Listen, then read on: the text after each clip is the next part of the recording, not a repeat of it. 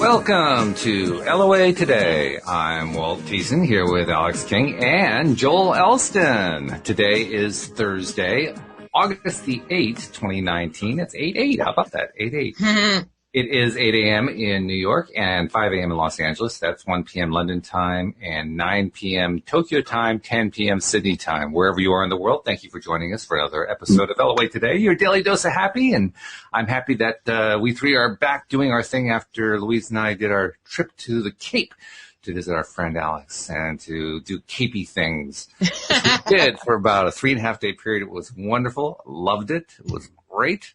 And I am re-energized. I am re-enthused. I'm back. I feel better. Yay. And that's what it's all about, is feeling better, right? Mm-hmm. Yeah. I find it ironic that we always talk about how you control the weather, and as soon as you left, it started pouring.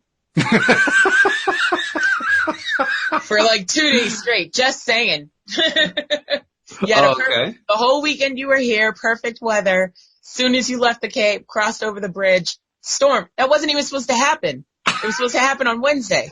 I was like, oh, okay. This is real. Well, welcome to my life. Mm-hmm. That's all I can say. I try not to say too much because Joel has informed me that I freak listeners out when I do that, so I try not to freak our listeners out. But, well, they shouldn't be freaked out. They should be trying to do the same thing. Well, that's one way to look at it, yeah.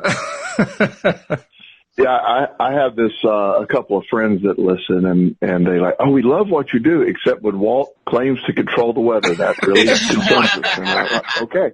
Well, feedback's good except for Walt controlling the weather. Everybody's got a line. Yeah, I'm good with it. It's funny you say that. We had, I'm not going to put this on Walt, but yesterday we had everybody piles on. It's all right. Go ahead.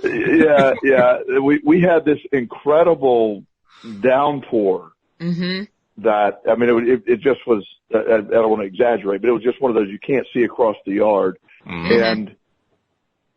And I looked on the radar on there's nothing there. And you're like, okay. And nobody's mentioning it. It clears up, sun's out, then you get this severe thunderstorm warning. It's like, well, sorry, we're about an hour and a half late. So yeah, right. The timing was different. Yeah. Cindy Chavez actually had an experience like that yesterday because Wednesday is when we do the show with her, and we do our Neville Goddard stuff. And at 4 p.m. Eastern time, when we were supposed to do the show, they had this massive thunderstorm that knocked the power out. We couldn't even do the show. Oh. And I went to look at AccuWeather to look at the radar, and there was nothing going on in Baton Rouge, Louisiana, where she lives. So it was the same phenomenon. So what's up with this? Yeah, I can't put any energy toward that. I don't know. I don't know either. It's just strange. It's over my head. Yeah, it really is.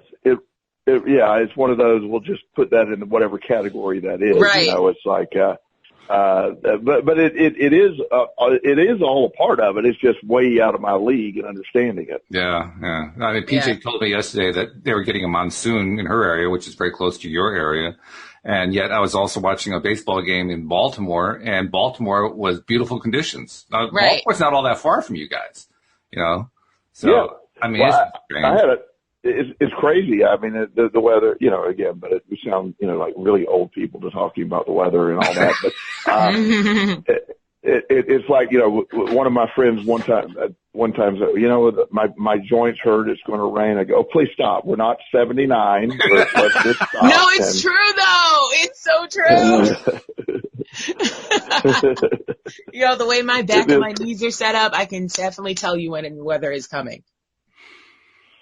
Well, I mean, it very well could be. I mean, and I believe you. It's one of those things that you know, I had a dog one time that was actually my sister's dog, and when she would come back from college, the dog would actually just sit at the window waiting, and she would come back on these random times. She was like 2 hours away at college, and she'd come back at random times, and we got to the point of knowing she was coming back because the dog would stand at the window.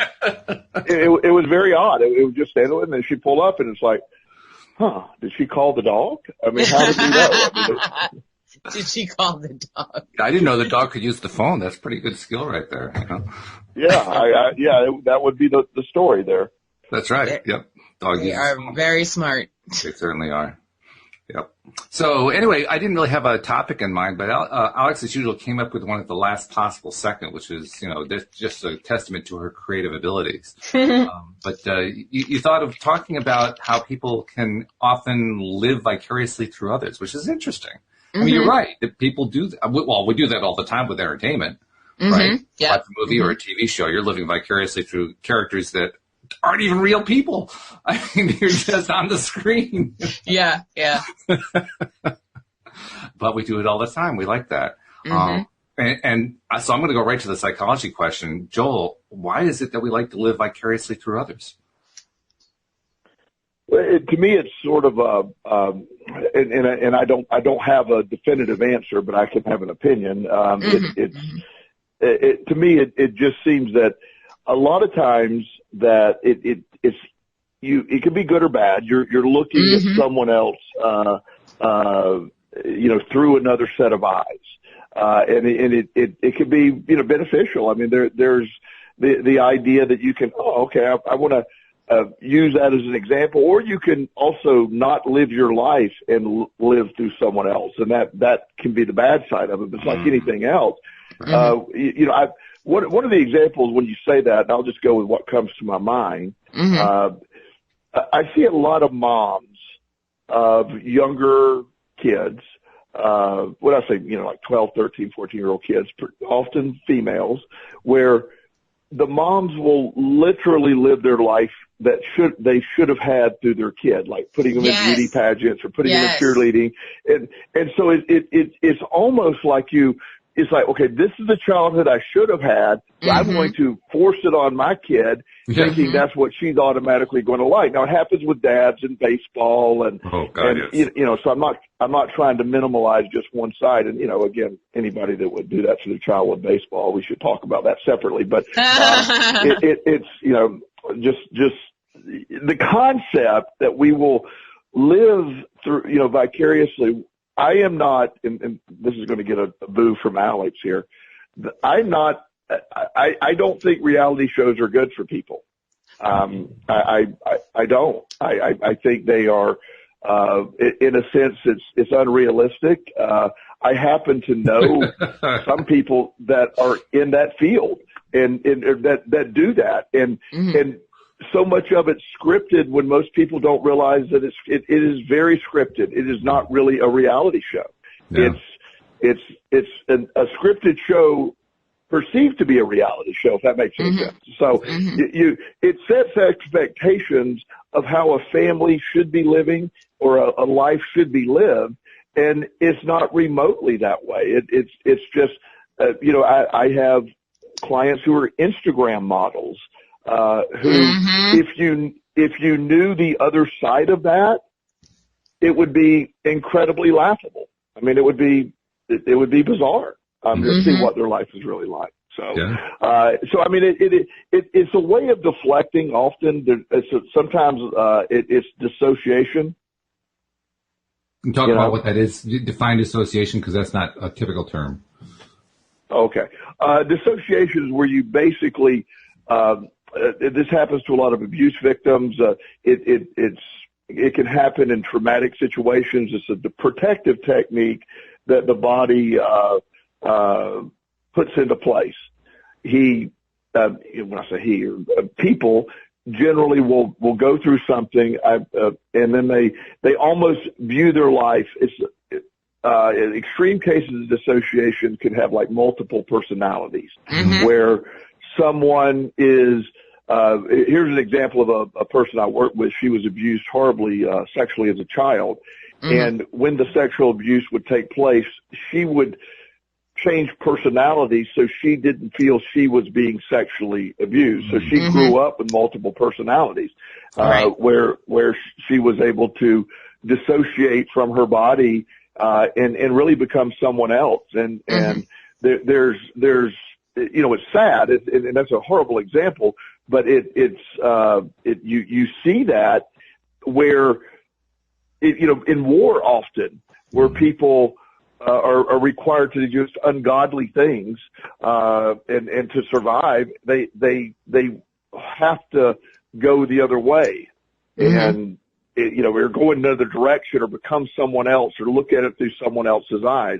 And dissociation is very, very difficult. And, but it is a protective technique. So living vicariously, and we covered a lot of areas from the benign to the serious, but when you're living vicariously, it could be it could be healthy.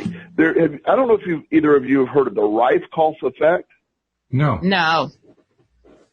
I'm looking up how to spell that actually as we're talking. So, but it is a concept that is a psychologist from Russia, that came up with the idea of basically, like, if you wanted to be an artist, you would study an artist, everything the artist did, and you literally could sort of become an artist by living vicariously through a famous artist. And it's much more in depth than that, but the child prodigies will often, happens a lot with like chess players, where chess players are literally given the entire, every game that Bobby Fischer played when he was a child. He was a chess person, for those that don't know.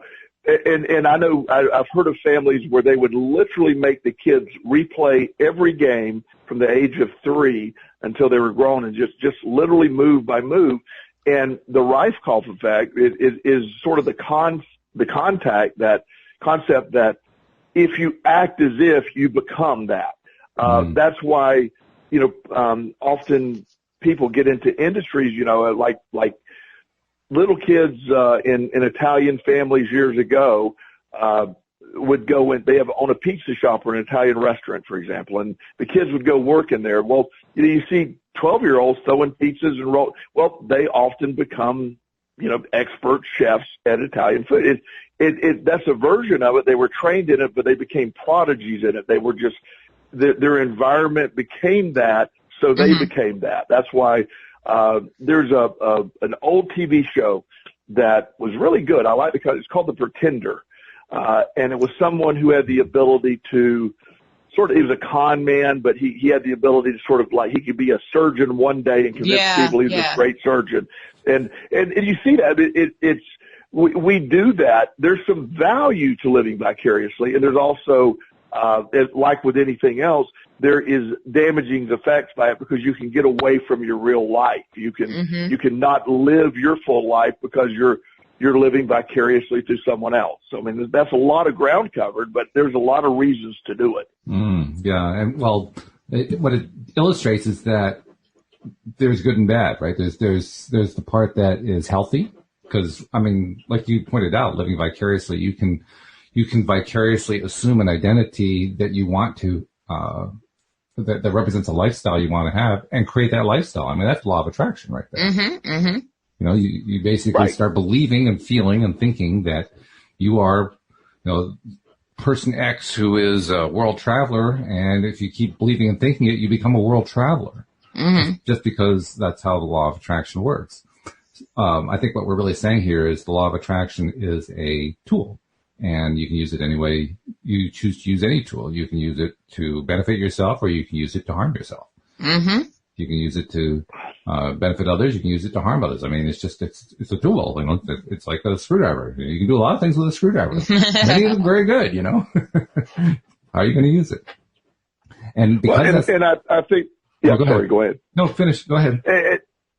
And I do believe, like you're saying, where the law of attraction is living as if, and we've talked about the law of attraction having no opinion or good or bad. I mean, without diving into anything other than just using it as an example, we see it in politics. Our political people who are experts in the law of attraction. I mean, it's like, wow, and it isn't always for good. I mean, you see that in back in Nazi Germany, where you could create reality by talking about the evildoers that are out there doing all this to us. We have to defend against that. Or you see that the propaganda that you can make reality, and that's very important. I talk about the news as being the ultimate programming machine, where each venue that I'm trying to any news outlet that I know of has everything from the minimal to the extreme, but there's almost a bias in the way they report. It's interesting. You could go to NPR, Fox News, and CNN's website and find that they're all talking about the same story. You can understand that, but the way they're presenting it is such a universally different. Yeah, it's like 3 different events happened, and they were all the same event. Yeah. Yeah, that's true. And also, I remember seeing it was a documentary that interviewed past U.S. presidents. And one of the things that, I can't remember which president, it may have been more than one of them, said is, when you're president, it's really helpful to have people address you as the office rather than you as yourself, because of, like you were talking about, dissociation. It's helpful to dissociate, because otherwise you can get so emotionally wrapped up in what you're doing as president that, you have to order troops to be sent in to kill somebody, and some innocent person's going to die. And doing that in your own name is really, really hard to do. But if you do it as president, you can do it, So there's another example of how dissociation. Now, I'm not going to argue that that's actually necessarily a good thing, but it's clear that dissociation plays an important role there. And it also is about assuming that role. I mean, that's part of how that person became president. They assumed the role before they became president. I think dissociation is a good. Oh, go ahead. No, I'd love to hear that. I'd love to hear how it's a good thing. I was going to say, I feel like dissociation can be a good thing, because it's your brain's way of protecting you from yourself. But at the same time, you got to be careful that it doesn't turn into dangerousness where, extreme example, you have multiple personality disorder and one of your personalities is a serial killer. So, yeah. So, but other than that, exactly right. Yeah. Other than that, you're basically protecting your own self. So, I feel like it's a good thing. Yeah. Dissociation is very protective. Its intent is to be protective. It exists to be protective. However, just as you're saying, this is a slippery slope, because while it's protective, it is also it can be destructive, or it can create some severe mental issues. The split. Even further than multiple personalities, you literally get into distinct personalities where one is a serial killer, or one could murder someone in cold blood and then slip back into a normal life, and sort of a Ted Bundy kind of thing, where you're able to just cold-bloodedly do something and then just live, just sort of dissociate from the evil act of it. So I know some psychologists that use dissociation as as you said, help people to safely dissociate. So I mean, there's, as with anything else, as with anything else, you have a scenario where things are good and bad. So you get to choose which you do. Law of attraction, or dissociate, again, you get it, as you're saying, everything on the spectrum. We talk about stress and anxiety a lot. Stress has a point. Stress, there's a reason for stress. Living without any fear or anxiety would be a dangerous world. You need some protection in that. But it also could be debilitating on the other things. So everything to me is a scale. Anything that's protective is also destructive if you do too much. Yeah, you just got to be balanced about it. Exactly. That's a great point. Yeah, moderation in everything, as they say, and and that's actually where the gray area is. When are you being moderate? When are you going too far? I mean, that's not always a clear thing, right? I mean, if you're Ted Bundy, I mean, we look at Ted Bundy and we say, well, clearly he went way too far. Did Ted Bundy think he went too far? No, he doesn't. So what's too far? Yeah.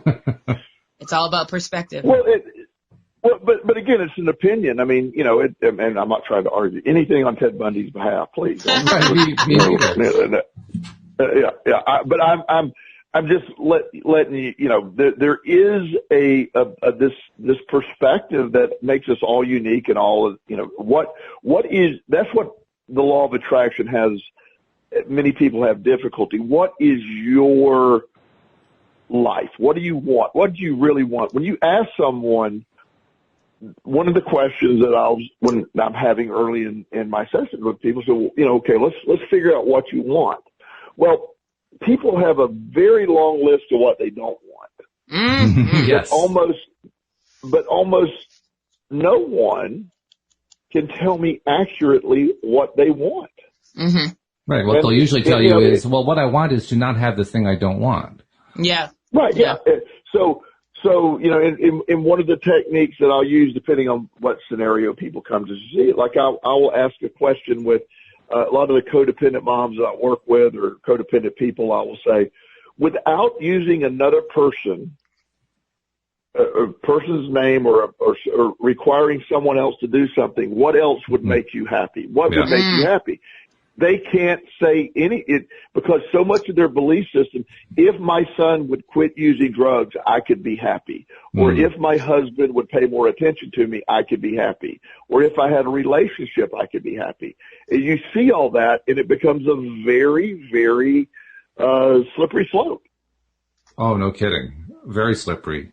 And in fact, it shows up in a wide range of areas. For instance, I saw a post on Facebook, in my 10 seconds on Facebook yesterday, from a person who was complaining. I don't remember the exact post, but the gist of it was, why are there so many people who are just so selfish and so, what's the word for when you feel that it means that you're too much involved in yourself? There's a word for that. I can't. Self-absorbed? Self-absorbed is another one. But anyway, why are there people who are so like that? They're just so selfish.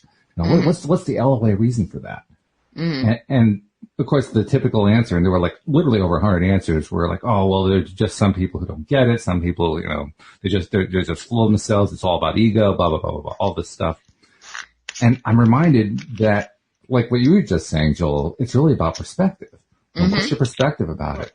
Abraham Hicks does a really good piece in, let's see, which book is it in? I think it's in their basics book, The Basics of the Teachings of Abraham, Law of Attraction, in which they describe how a person who is focusing on someone else and criticizing that other person and saying, oh, I mean, they're just so terrible, they're so selfish, they're so, you know, they're so full of themselves, you know, blah, blah, blah, all that kind of stuff.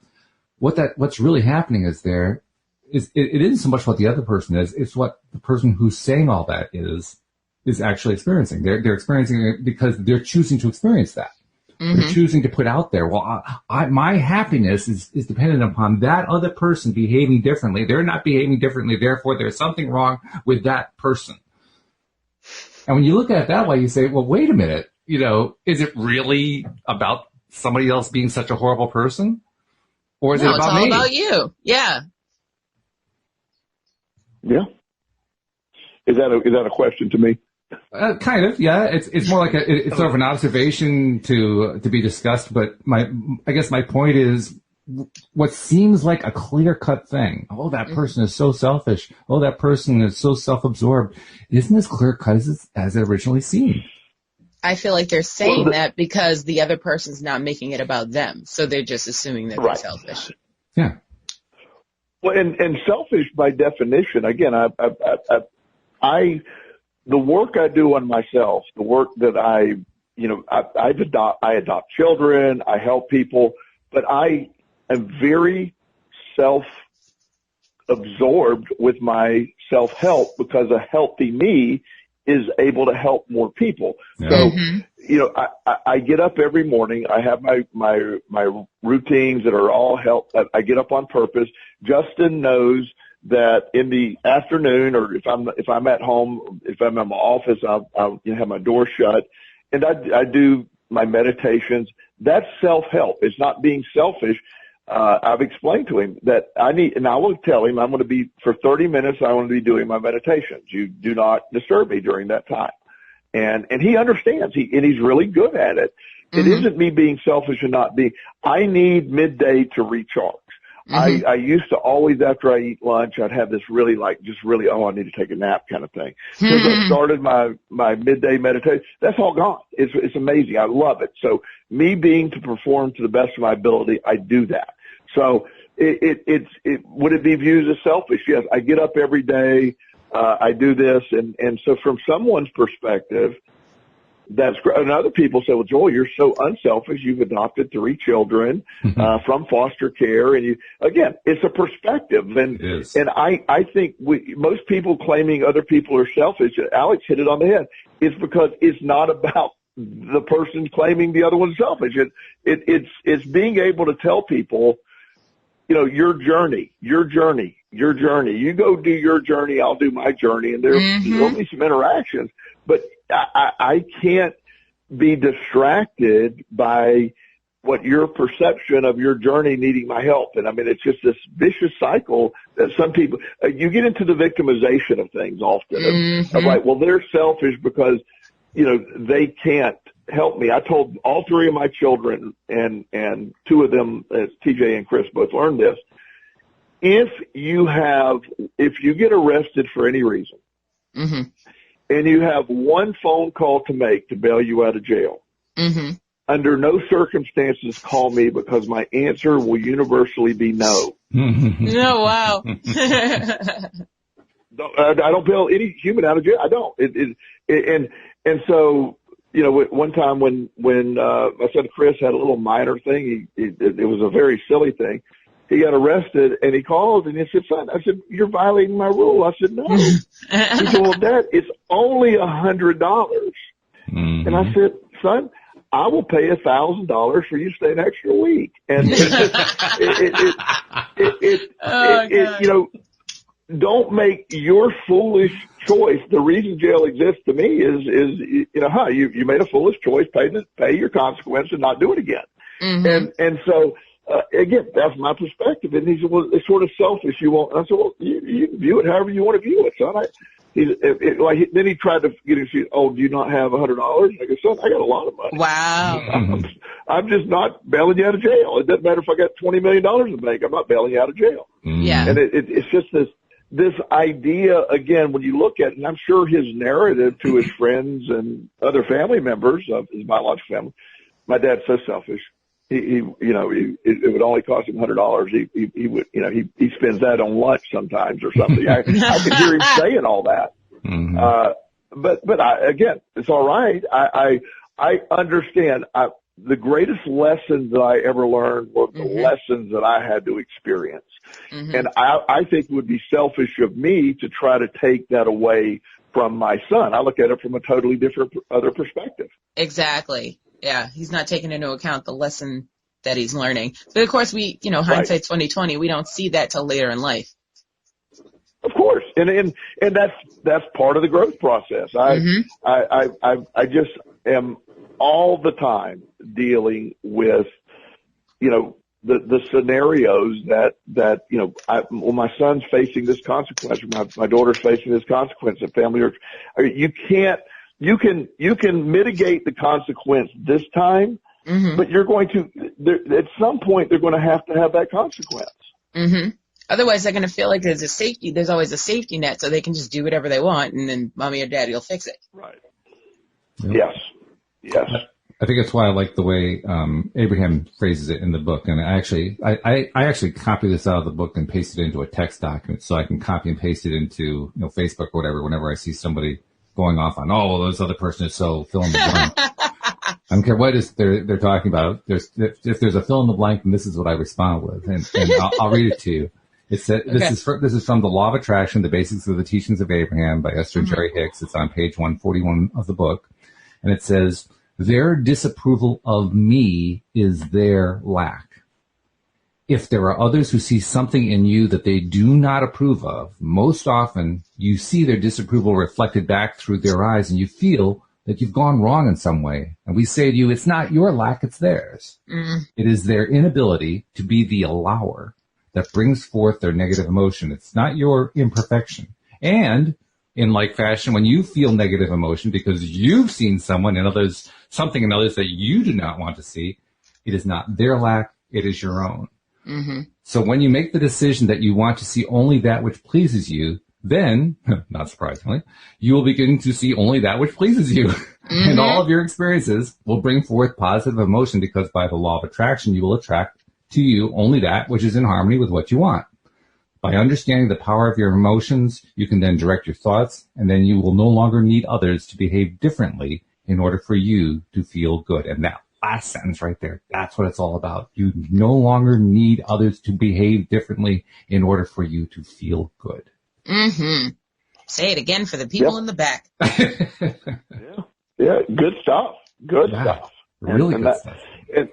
And that's exactly, this concept of your perspective and how you're viewing it and how other people, this concern how other people are viewing you. And I just look at it from just that you get what you see. And when you condition yourself to just see it, it happens that way. And it sounds dismissing.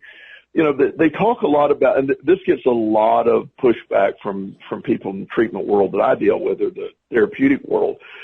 Like one of the, and I'm going to paraphrase, I need to find this so I can actually quote it literally. But someone's asking, Esther about, childhood trauma or something, and, all the pain, should I process that? And her basic response, well, if you want to. Yes, that right. could be a choice. If you want it to be relevant, you can make it relevant, or you can let it go. Mm-hmm. Oh my gosh, that really freaks out the therapist. You know what I'm saying? They're like, but her point is, a life event only has as much power as you give it. One person's trauma is another person's Tuesday. I mean, it's just what it is. And I've used the example, I don't know how long ago we used this, but I've had two clients had eerily similar experiences. They aren't related. They don't know each other, and these are years apart. But both clients in different parts of the country had a home that burned to the ground. Mm-hmm. And ironically, they're both from lightning strikes, but that was the only commonality. And when one of the guys' home burned to the ground, he really went into it put him into an extreme anxiety-filled state. He had 2 years of deep therapy. He went into this, stayed at his mom's house, wouldn't come outside, developed agoraphobia, had all kinds of stress, couldn't sleep, was on multiple medications, and viewed it as the greatest trauma of his life. He reported it as the biggest trauma he had ever experienced. And now he didn't lose any pets. No one was injured. He was reimbursed by insurance. But his perception, it just was horrible to lose everything. Mm. Then the other guy viewed it as like, God, I was ready to move anyway. I made up so much more money than he's like, I padded my insurance report. I ended up literally making like $25,000 extra. He said, I bought a new house. He said the greatest thing that ever happened to me was a house burned down. Mm-hmm. Mm-hmm. Yeah, I co-sign with that guy. Yeah, same event.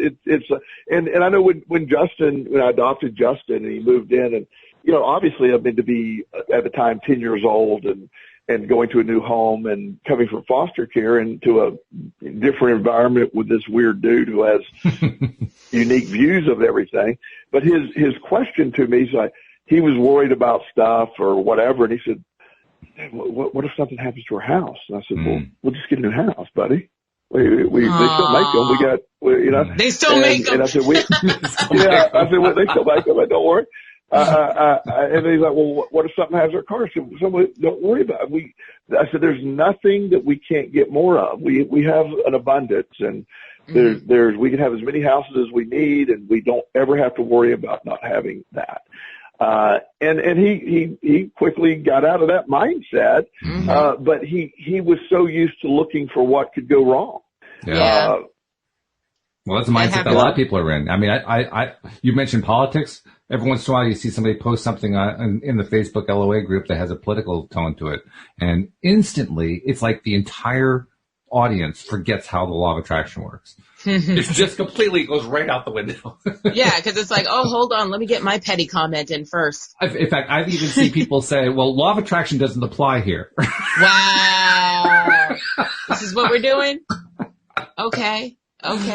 All right. See, law of attraction, in their view, only applies when you want to have something come into your life. It doesn't apply to things like politics that you don't like. Oh, so he must have the law of attraction genie that everybody's been looking for. That's it. Yeah. That's it. Yeah. Well, you only get 3 wishes, so. Well, and to say something, and this is a little off course here, but to say that one of the things that I actually told somebody the other day who belongs to multiple Facebook law of attraction groups. Mm-hmm.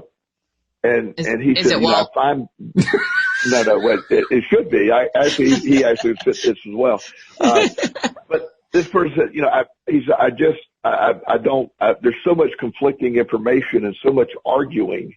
Mm-hmm. And I said, if you want to figure out how to negatively use the law of attraction, join all the Facebook groups.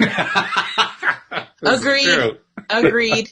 Yes. And to those Facebook people who are listening, I apologize if that is offensive. I don't mean it to be, but I find it ironic that the most snarky comments come of I have gotten out of all the groups. I just found them baffling. The arguments that take place, or the people that have, again, they really, it's sad.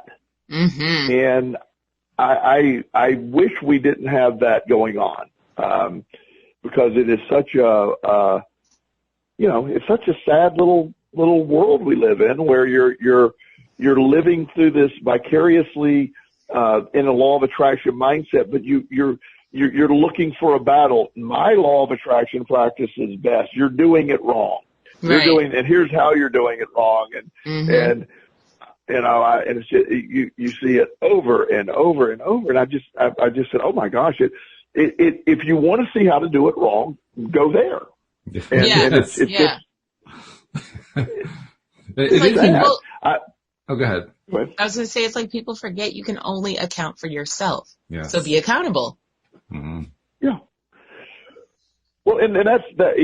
I work in addiction treatment, and I do a lot of different areas, and I got out of the addiction treatment groups because I'll see the arguments there. The that must the be 12-step people versus. It's just you see the therapists that are convinced they're the only ones that have it right, and you have the hardcore 12-step people and the non-12-step people, and my message of it's all a toolbox. Your job is to find out which tool works for your client. That's all there is to it. Mm-hmm. There's nothing else.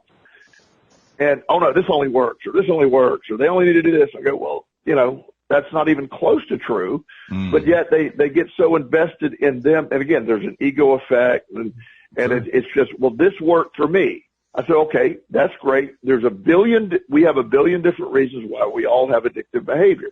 Mm-hmm. And so your unique set of reasons found relief in this method. That doesn't mean that everyone will find relief in that same method. Mm-hmm. So what you're describing there, your experience of these groups full of people who really mess things up, it fits in beautifully with what Abraham was talking about. In one sense, you could say, we could summarize that as you're disapproving of the way that they do things, but you don't actually get caught up in your disapproval. You've come up with a way to overcome that, and that is you just don't participate. You say, well, I'm not going to deal with that stuff because I know I'll just go down a rabbit hole, and I don't want to go down that rabbit hole, so I'm just going to unsubscribe. To heck with it. Exactly. Yeah, and I don't want to be drawn into it, or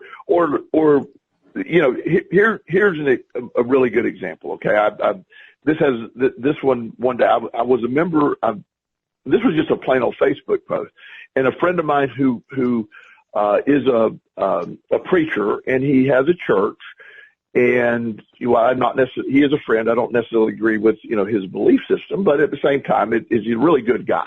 Mm-hmm. And he said, I'm questioning why our attendance is going down and what we're doing wrong. does anyone have any ideas of how to get our attendance up? And so I responded with, well, there's churches. Joel Osteen's church, for example, has 10,000 people that show up every weekend. So I would, if your question is how do you get more people there, what is he doing or what is their church doing to attract people? That was just a simple statement. You ask how, I'm telling you one method. Then he went on this rant of how Joel Osteen was not really a Christian and all the things that Joel Osteen, he went on and on and on about all the things Joel Osteen was doing. So totally missed the message. And so I said, oh, I'm sorry. I misunderstood the question. I thought you were asking how to get more people in, and I'm telling you, now you're on a rant against Joel Osteen. I'm sorry. And he never understood the difference in the question. It was, I'm like, I said, and then so he said, well, I don't understand that you don't understand. I said, well, you answered your own question. He probably would have done better if he would have handled it better if you had said, well, Rush Limbaugh has a whole bunch of people following him. Right. That probably would have worked, you know? Right. Well, and that's sort of the point. It just, you ask a question and then you get emotionally invested in the answer because it doesn't match your belief system. And then so you see a lot of that. And that's what happens a lot, you know, and everyone has, you know, I had a Facebook post up the other day, and I do not do political. I just do not do it. But I had this one post that was on the edge of, it was a sarcastic event. Like, you know, I think everyone should spend more time arguing with strangers about politics on Facebook. And, you know, I saw that. Yeah. And so everybody got it. There's a lot of laughter, except one lady wrote, that's how Hitler got into power. Oh, heaven's sake. I'm like, oh God.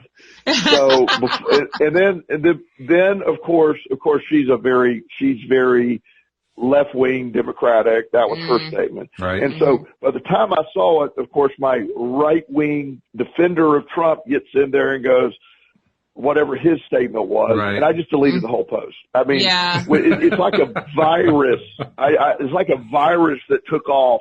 It within seconds, it was going to escalate, and I'm thinking, it's a joke. It is simply a joke. Everybody calm down, have several seats. It wasn't that serious. And so it was just, but that's not, you can't even have that because so many people are on guard for, you know, they're looking to be offended. They're looking to have their belief system. And so, you know, the woman that originally made the Hitler statement, she posts constantly about, you know, her views. And I respect her views. I actually share some of her views. They're not that bad. And some of the stuff she is just a little ridiculous. And again, from my perspective, but I don't challenge it. But she was actually, not offended, but she was defending herself why she posts politically when it was never she's one of 1,200 people that's my friend. So I wasn't attending that to her, but she took it as like, well, if I don't post that, then Hitler's basically going to take over the United States. I'm like, oh, so your Facebook post is preventing anarchy. Thank God that you're able to do that. Our savior. I love it. Go ahead. I was going to say I had a similar experience with a Facebook post. It was a post I posted of, it looked like an assault rifle, but it was really a camera setup. Like it had the Nikon, strap and everything, but it was just set up to look like, so the post was, give me a good reason why someone would need something like this. So I put, to take amazing selfies. No one else got it. And they're all like, oh, this is what happened in El Paso. We need more gun restriction. I was like, oh, you guys, do you not see the Nikon strip? Like, what is happening? It's not that serious. Like, everybody sit down. Well, and that's what happened. Everybody is so reactive to everything. You know, anything that gets on the edge of what their sensibilities are or sensitivities are, then they get very reactive in defense. Like, you know, they assume what you meant nothing. It's hilarious. What you're saying is hilarious. It's good. It's funny. But it's not a laughing matter. It's like, What you mean? The funny camera assault rifle's not funny? It is. Or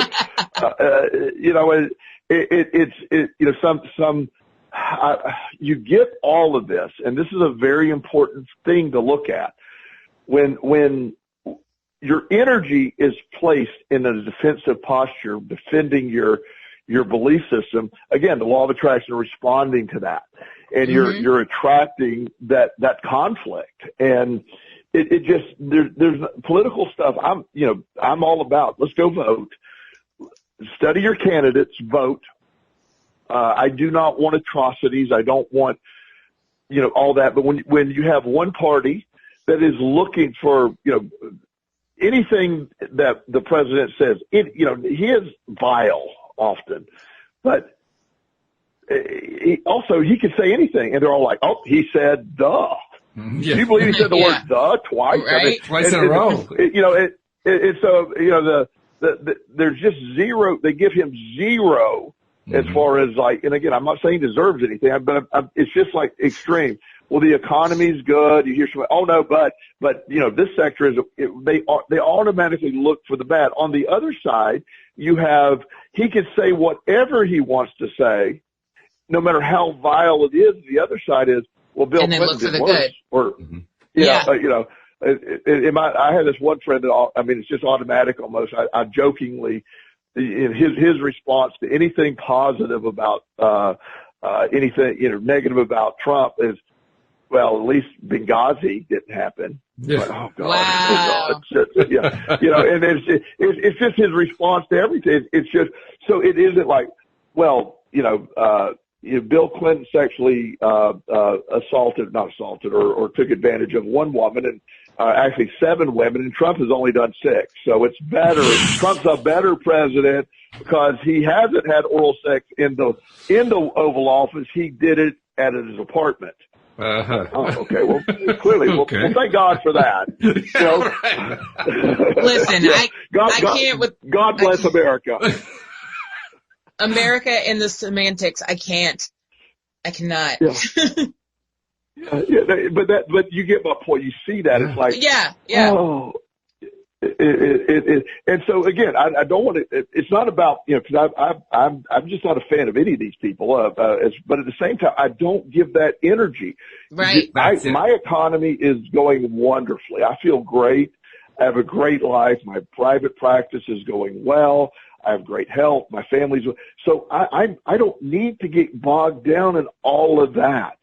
Yeah. It's just. I want to go to it's so pervasive. I want to go to the example that you were giving earlier, that Alex gave earlier about, I can't remember which one of you gave it earlier. One of you gave it.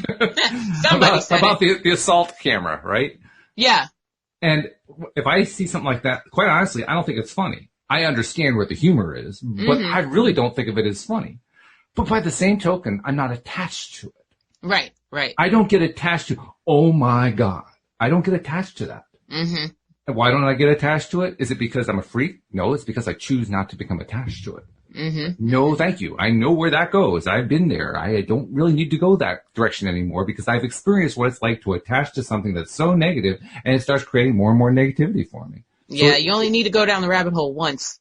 Well, some people apparently need more than once. But anyway, yeah. The point is that you get to choose whether you're going to be attached. I remember very early on with law of attraction asking myself, how on earth am I supposed to let go of something? I don't even know how I'm holding on. Well, the answer to that is I attach to things by saying, oh, I am going to get so wrapped up about X, whatever X is. And it's usually something negative, and it's usually something I really, really, really don't like. And that is being attached. That is how I attach to something. So what does letting go of that mean? It means just stop paying attention to it. Mm-hmm. Right. Like, I'm just not going to buy into that craziness anymore. Mm-hmm. Mm-hmm. Well, that's what it is to let go. Yeah, and letting go is when you can have. I encourage everyone to have their strong feelings and opinions and have them. I think it's really when they can become negative in the law of attraction too. When you become so adamant in their defense. I explained to someone the other day, because I was explaining sort of my belief system, and tends to sort of have, I'm about 70% Buddhist. I've got a little, I have a little this, a little that, and I sort of created, we'll call it Joel's religion. It's a little of everything, Okay. And somebody said, well, none of your stuff is really based on doctrine. And I said, well, okay, thank you. The Gospel of Thomas is a deleted book from the Bible, which is basically a law of attraction book for those who've ever read it. And of course it got deleted because it is a law of attraction book, in my mind.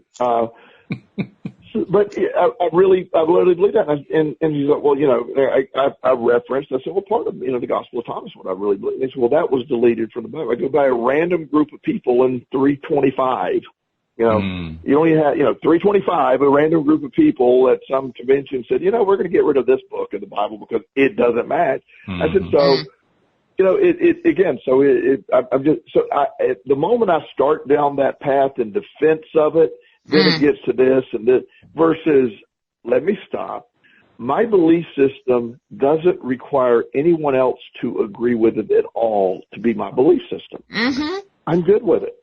Yeah. I never volunteer what my belief system is unless someone asks, and then I will say it. And then if they say, well, I disagree, okay, well then you asked me. I'm not preaching it to you. Right. And it's this, you see that, but when people get so, they don't want to be wrong. It's just, you have to understand, you have to understand, like, I have one friend that just is adamant that I don't understand his view on abortion. He said, Joel, you're a good man. You just aren't understanding.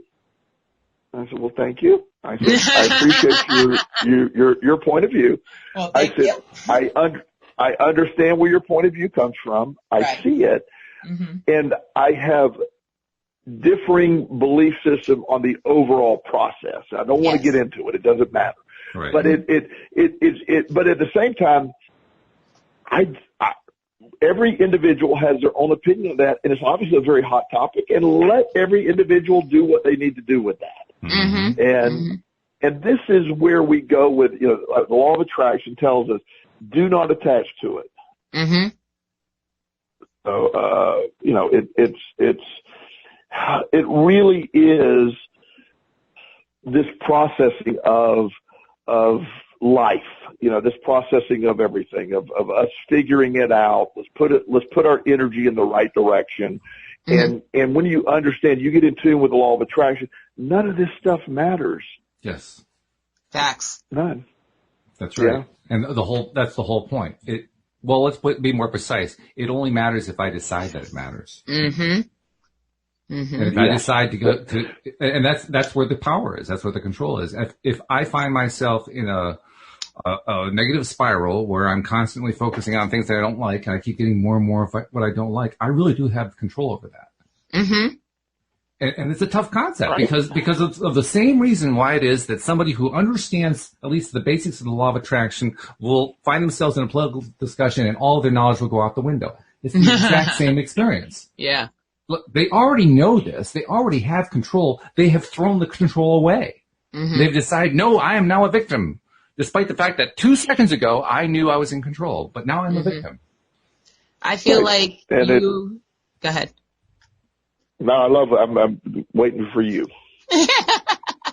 I was saying, I feel like when it comes to strong negative feelings or opinions or, whatever happened to happen to you that day, and now you're like, oh my God, my world is over, blah, blah, blah. All right, your feelings are valid for that moment. But I personally, if I feel something like that coming on, I'm going to give it a time limit. I'm like, all right, you're allowed 2 hours of bitching and complaining, and then we're done. That's it. It's over. Don't even subscribe to it again. It's done. Right. Well, and this is, one of the lessons this for me this week is one of the books I was listening to. I listened to so many, I forget which one it was, but it's the guy was talking about blessing, not in a religious sense, but people that you have resentments toward, or people who have harmed you, or people that have wronged you. Well, I think I've let most of my stuff go. Mm-hmm. There are a few people who several years ago intended to set out.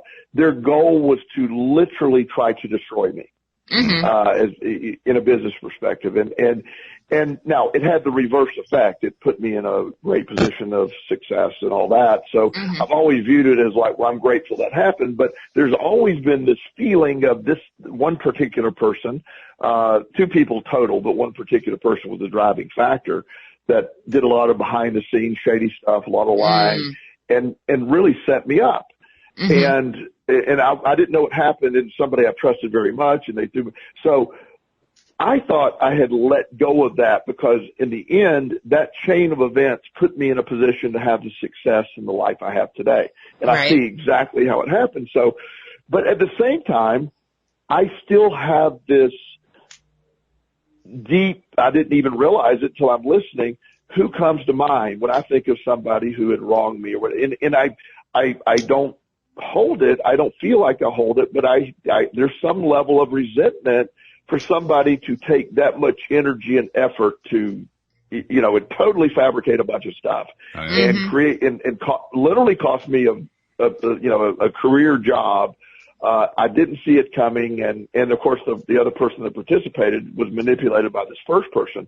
So within all of that, they're clear. So I need to take that for me. I didn't realize there was still a bit of that there. Now, I still see it as a positive. Thank God it all happened. I'm grateful this person did what they did. But the fact that that person did it, I still have this red flag that I need to. So I'm actually started changing perspective even further, and I started praying for this person or meditating in a positive. I'm blessing this person because whatever chain of events that happened in this person's life to become so whatever you would call this, obviously was very traumatic, and there's a response to it. So not that I will never speak to this person again, more than likely, never have any interaction with this person. There's I need to make sure that I don't just go neutral. I need to go to the other side. And that's been very positive, if that makes any sense.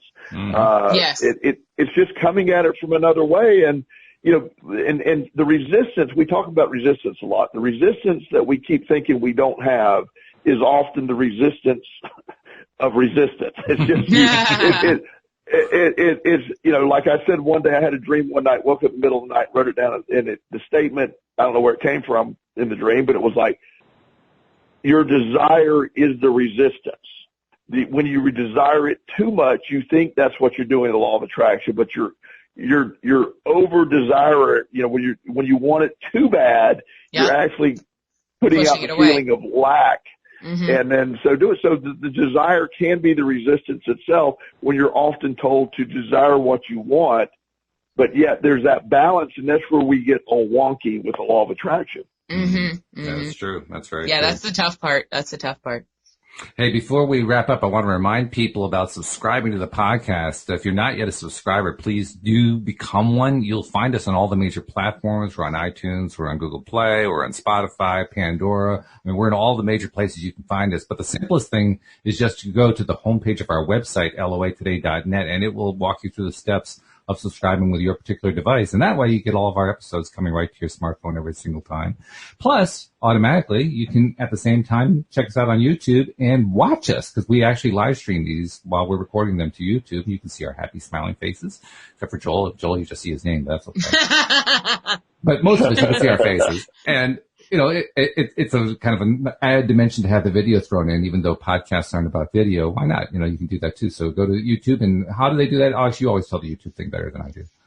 You go to YouTube and you search LOA Today podcast videos. And once you've done that, down below, you hit the subscribe button. And next to the subscribe button, there's a little bell. Hit the bell. Make sure you click always, so you'll always be notified when we are live. There it is. Very simple. So please become a subscriber. We want you to keep following, because every single discussion is a whole lot of fun. We want you to be a part of it. Thank you so much to our live stream listeners, to our podcast listeners, and to our PRN listeners. Thank you, Joel. I hope you have a great week. You as well. And Alex, as usual, you're like my rock. You're in like half the podcast now. You realize that? I know, right? I'm everywhere. You're everywhere. So thank you as well. We will see you all next time here on LOA Today. Goodbye, everybody.